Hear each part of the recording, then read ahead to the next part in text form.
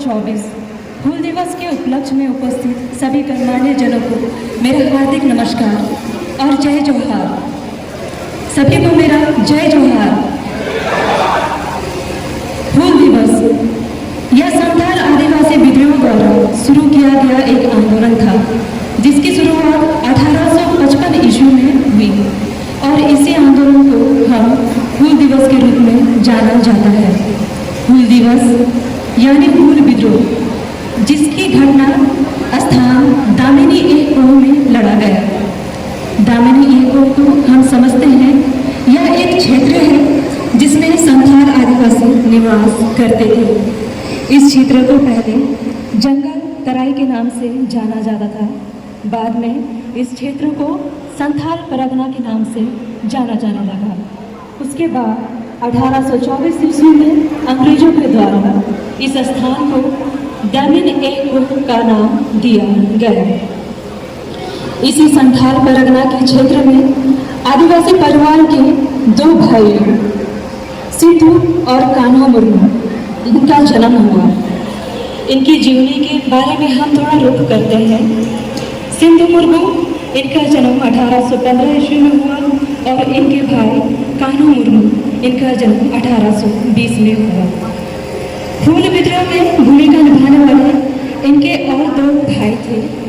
एक थे चांद मुर्मू और दूसरे थे भैरव मुर्मू।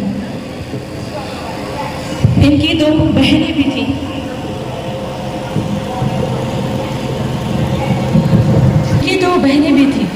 सिद्धू कान्हा मुर्मू की दो बहनें भी थी, जिनका नाम था झानो मुर्मू और एक थी फूलन मुर्मू। अब इनके बारे में जानते हुए एक बार इनके जन्मदाता जो उनकी माँ था, उनका भी नाम हमें जानना चाहिए, जिनका नाम था चुन्नी माझी। अब हम संथाल आदिवासी विद्रोह यानी संथाल हूल विद्रोह को विस्तार से समझते हैं। हूल विद्रोह स्वतंत्रता की लड़ाई में पहली पहल गूगल फूकने वाले हूल विद्रोह का नेतृत्व करने वाले शहीद सिद्धू कान्हा मुर्मू को हम पूरे जनों की तरफ से आज के हूल दिवस में शत शत नमन करते हैं। हूल विद्रोह स्वतंत्रता के खिलाफ छेड़ने वाली पहला विद्रोह थी। ये हमारा जो पहला विद्रोह है वो 1857 से माना जाता है, जो स्वतंत्रता संग्राम का विद्रोह है। लेकिन हूल विद्रोह एक ऐसा विद्रोह था जो एक ब्रिटिश के खिलाफ 1855 में ही इसकी बिगुल फूंक दी गई थी और इस विद्रोह के कारण थे अंग्रेजी शासन। अंग्रेजों के आगमन से भारत की जो स्थिति थी, खासकर आर्थिक स्थिति, वो बेहतर थी। उन्हें भी पहले के साम्राज्य में भी लगान और कर देना पड़ता था, लेकिन अंग्रेजों के आने के बाद में भारत में यातनाएं शुरू हुई और यातनाएं इतनी ज़्यादा थी कि हमारे देश में लगान और कर, लगान एक प्रकार का टैक्स होता है जो भारतीय जनताओं के द्वारा जबरन वसूला जाता था।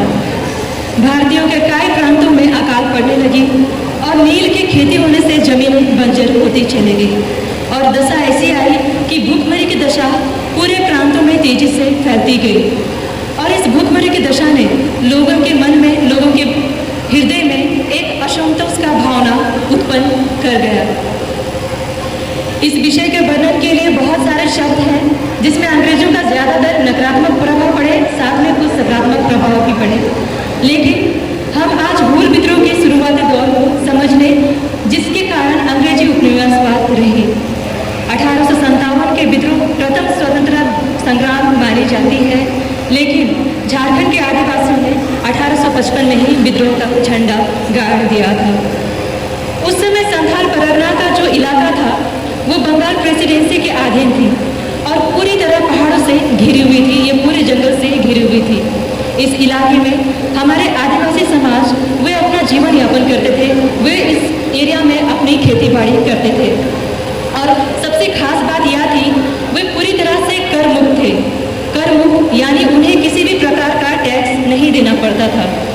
लेकिन जब ब्रिटिश शासन धीरे धीरे प्रांतों की ओर बढ़ते हुए जब इन जंगली आदिवासी के, हमारे जंगल के आदिवासियों की ओर रुख किया, तो उन्होंने अपने राजस्व बढ़ाने और अपने फायदा के मकसद से अपने करों को दोगुना करते हुए इन आदिवासियों के ऊपर जबरदस्ती टैक्स थोपने लगे, जिससे लगान चुकाने में आदिवासियों को साहूकारों से कर्ज लेना पड़ता था और साहूकारों का अत्याचार भी सहना पड़ता था। इससे लोगों में सच में असंतोष की भावना लगी। ऐसा चलते हुए ये भावना एक विद्रोह के रूप में उमड़ पड़ी और जिसकी नेतृत्व करता थे सिंधु मुर्मू और कान्हू मुर्मू। आंदोलन की शुरुआत 30 जून 1855 में हुई, जिसमें करीब 400 गांवों के 50,000 आदिवासी लोगों ने इन आंदोलन में भाग ली। इनका एक ही नारा था, माल गुजारी नहीं देंगे और लगान भी नहीं देंगे। जब ये ब्रिटिश शासन को पता चला तो उन्होंने सिंधु मुर्मू, कान्हू मुर्मू और उनके जो 2 भाई थे उनकी गिरफ्तारी का आदेश दिया। और जब गिरफ्तारी करने आए तो आदिवासियों ने उनकी गर्दन काट दी और उनकी हत्या कर दी। जब ये खबर ब्रिटिश शासन में पहुंची तो उनके मन में एक डर की भावना उमड़ने लगी। इसके परिणाम ये हुए कि आंदोलन को दबाने के लिए अंग्रेजों ने दामिनी ऐप को यानी संथाल परगना के क्षेत्र में सेना भेज दी और उन्होंने विद्रोह के ऊपर गोली बरसाने शुरू कर दी।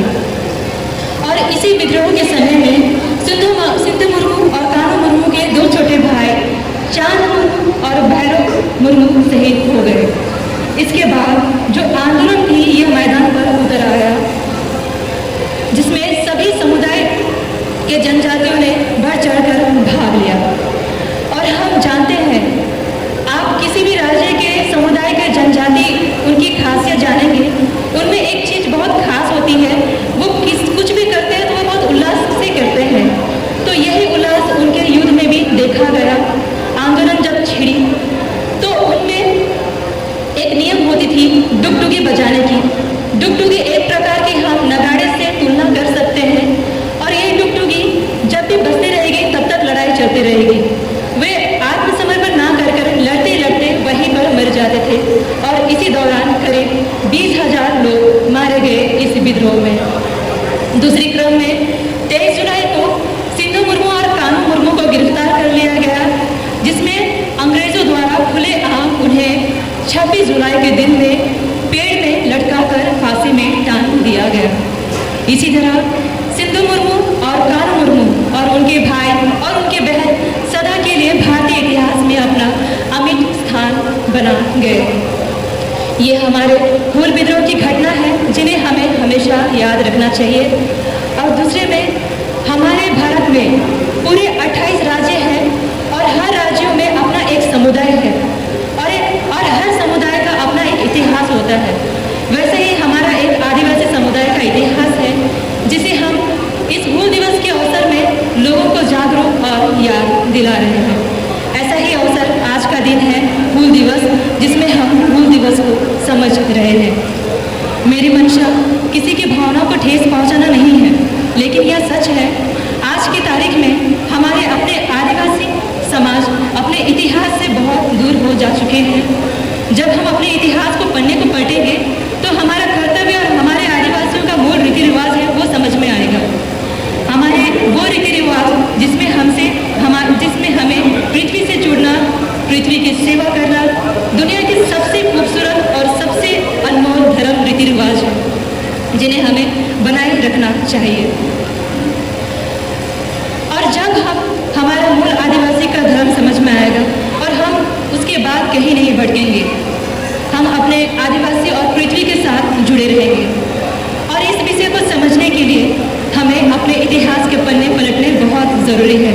और इतिहास को पलटने के लिए हम सभी का शिक्षित होना बहुत ज़्यादा ज़रूरी है। के लिए भारत देश आज़ाद करने के लिए कई लोगों ने जनताओं ने अपनी जानें गंवाई।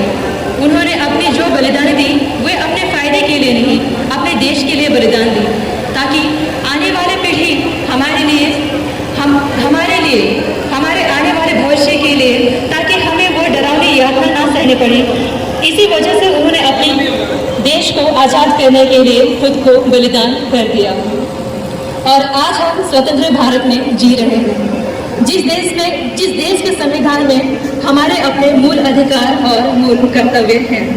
लेकिन आज के युवक, खासकर हमारे अपने समुदाय में, ये सच है शायद आप लोग को लगे, पर ये सुनना है, हमारे जो आज के युवा हैं, खासकर दारू और मदिरा में अपने जीवन जी रहे हैं, शायद मेरे परिवार में भी। कारण है शिक्षा की कमी। शिक्षा हर एक बच्चे का जन्मसिद्ध अधिकार है और हर एक बच्चे को शिक्षा पाने बेहद अनिवार्य है। अंत में मैं प्रिया उरांव यहीं तक अपने शब्दों को रखते हुए स्पीच को समाप्त करना चाहूँगी। धन्यवाद। जय जोहार।